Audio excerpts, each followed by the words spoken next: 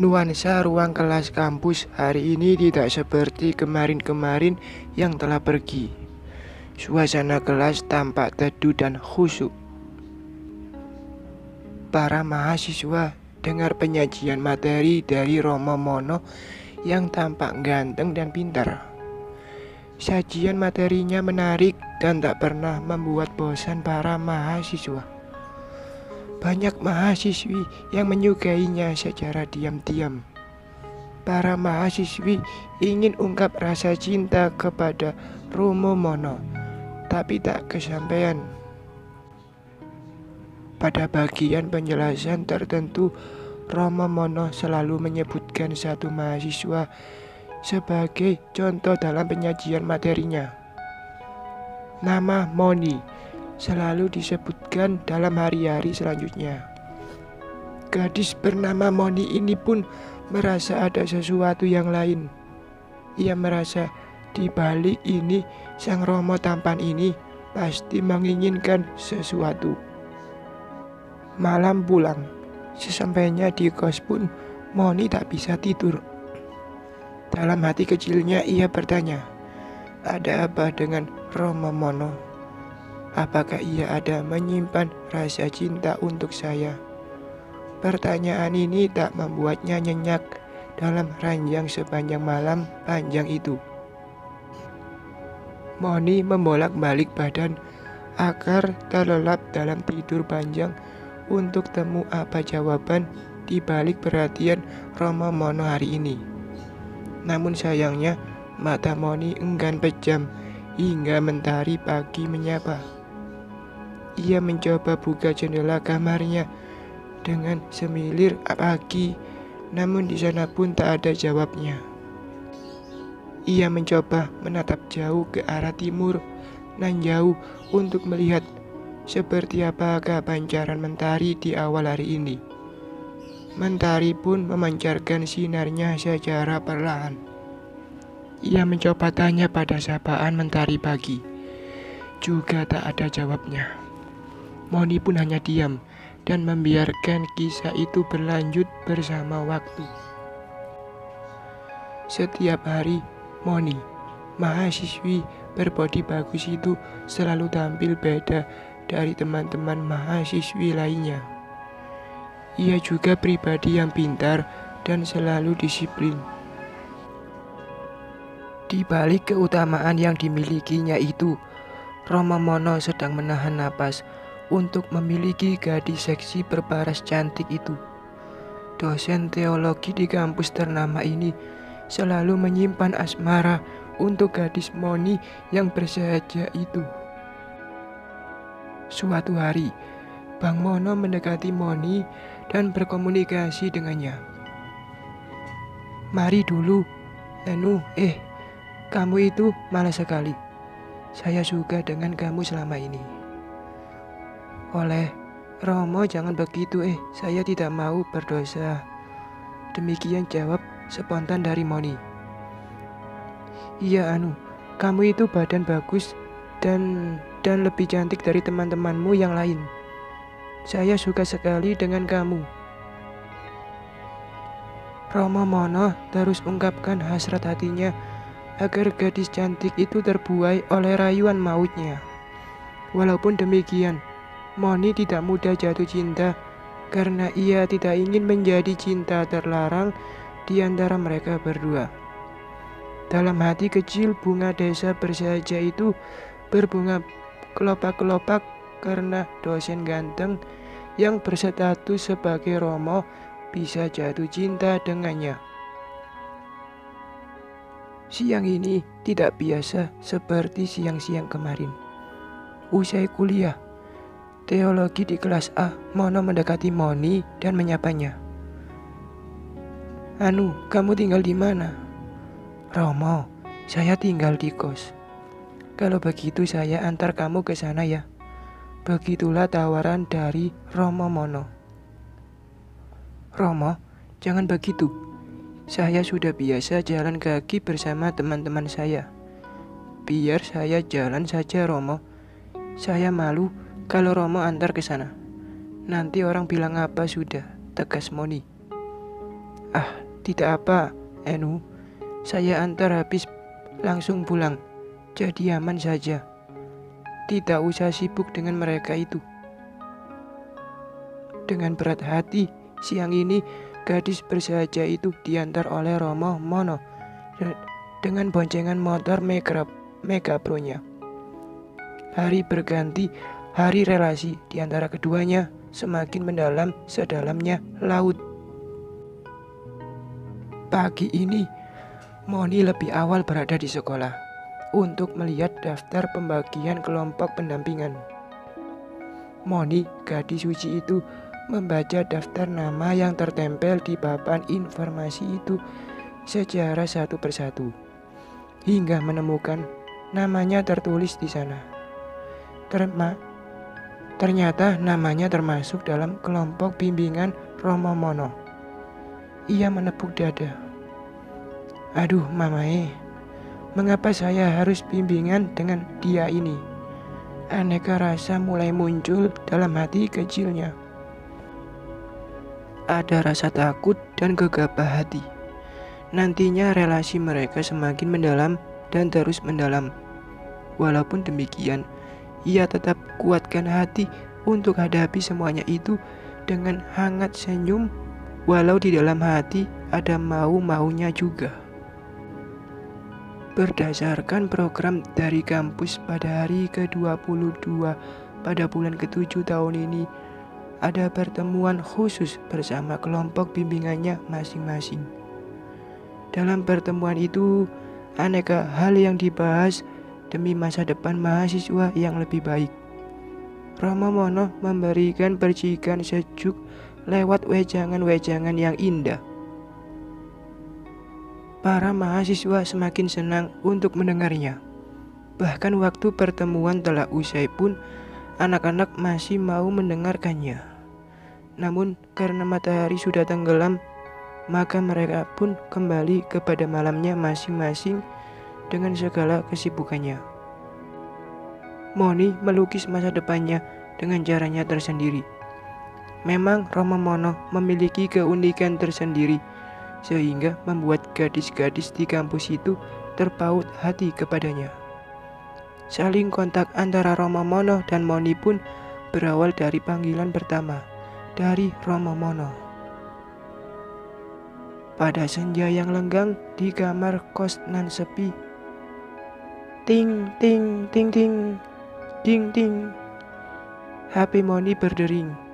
Moni bergegas terima telepon. Ternyata itu ada panggilan masuk dari Romo Mono. Halo, Enu. Ini saya Romo Mono. Besok sore kamu datang ke pastoran karena kita mau ngomong sedikit tentang beberapa hal praktis tentang tugas akhir dari kampus itu. Iya Romo, nanti saya ke sana. Tanpa pikir panjang, Moni bergegas ke rumah pastoran. Selamat sore Romo. Selamat sore Enu, mari masuk. Sambil mempersilakan Enu Moni masuk ke ruang tamu pribadinya. Di ruang tamu pribadi itu mereka bincang lama hingga larut malam. Romo Mono duduk semakin mendekat dan bisik di tengah Moni. Enu, sudah malam ini. Besok pagi baru pulang saja. Enu hanya diam dan mengikuti apa yang Romo Mono inginkan sepanjang malam itu.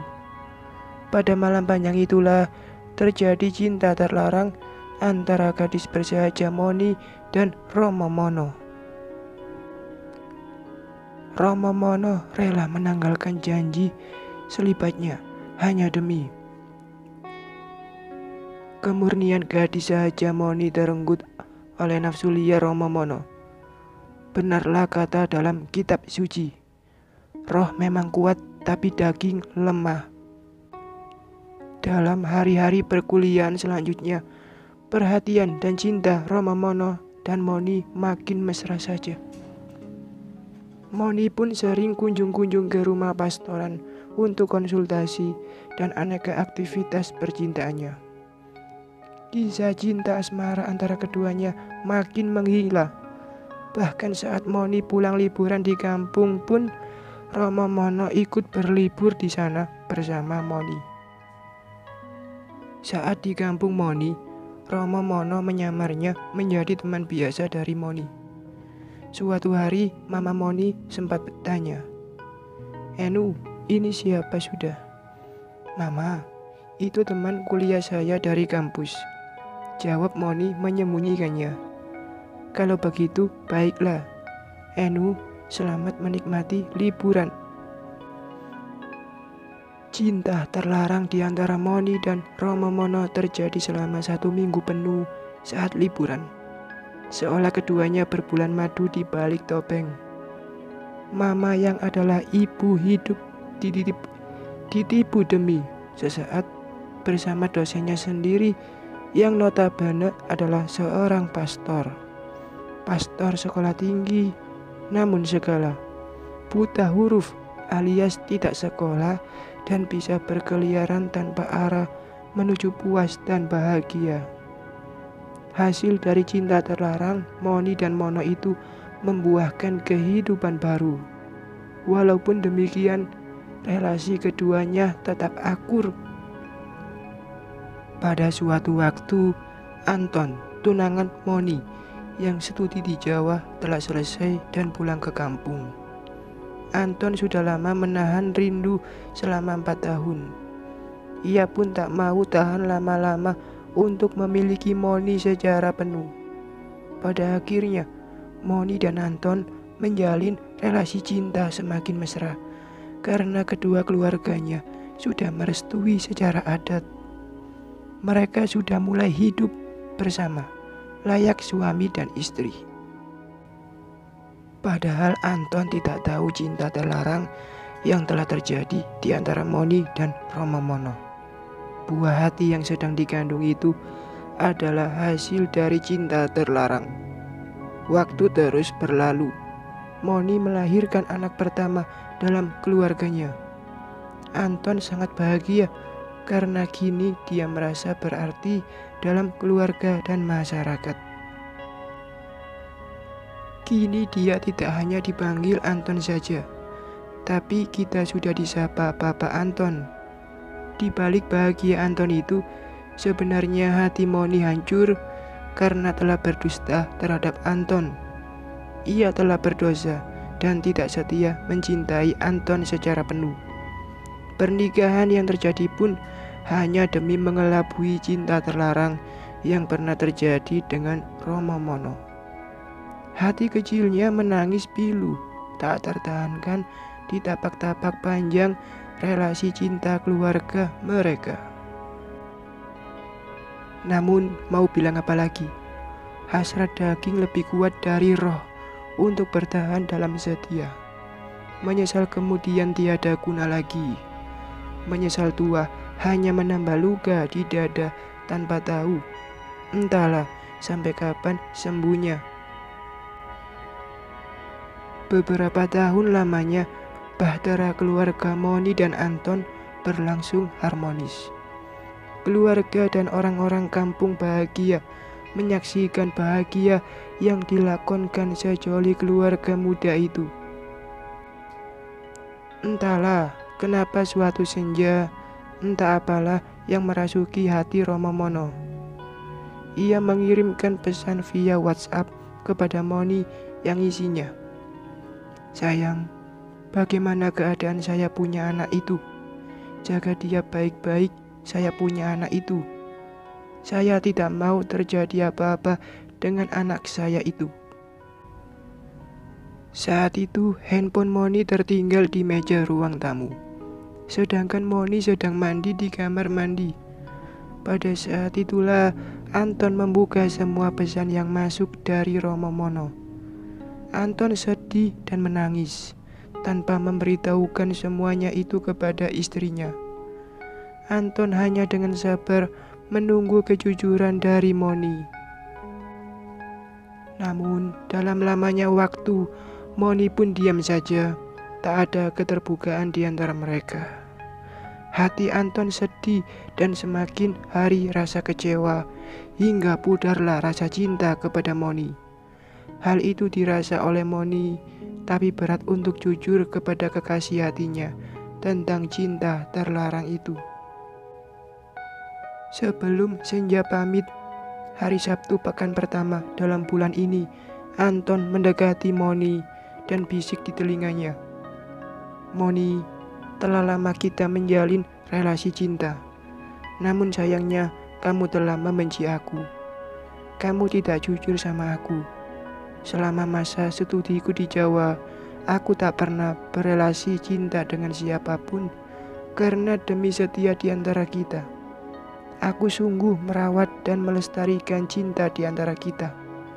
Namun kamu telah merusaknya hanya demi hasrat dan ego pribadimu. Sekarang, izinkanlah aku pergi bersama buah hati ini. Mungkin engkau tercipta bukan untukku." Moni berusaha memeluk erat tubuh Anton dan memohon maaf kepadanya. "Sayang, maafkanlah aku karena aku lemah. Aku memaafkanmu, Moni, tapi kita tidak bisa bersatu untuk selamanya. Selamat tinggal, kasihku. Biarlah aku pergi dengan buah hati ini menuju hidup yang menghidupkan." Anton pergi membawa buah hati itu dan merawatnya dengan penuh cinta, sedangkan Moni sedang memilih untuk hidup sendirian hingga saat ini. Menjalin relasi cinta jangan hanyut oleh hasrat cinta eros, tapi pupukilah relasi cinta dengan cinta agape untuk keharmonisan cinta di esok yang baru menuju puncak bahagia dalam bahtera keluarga.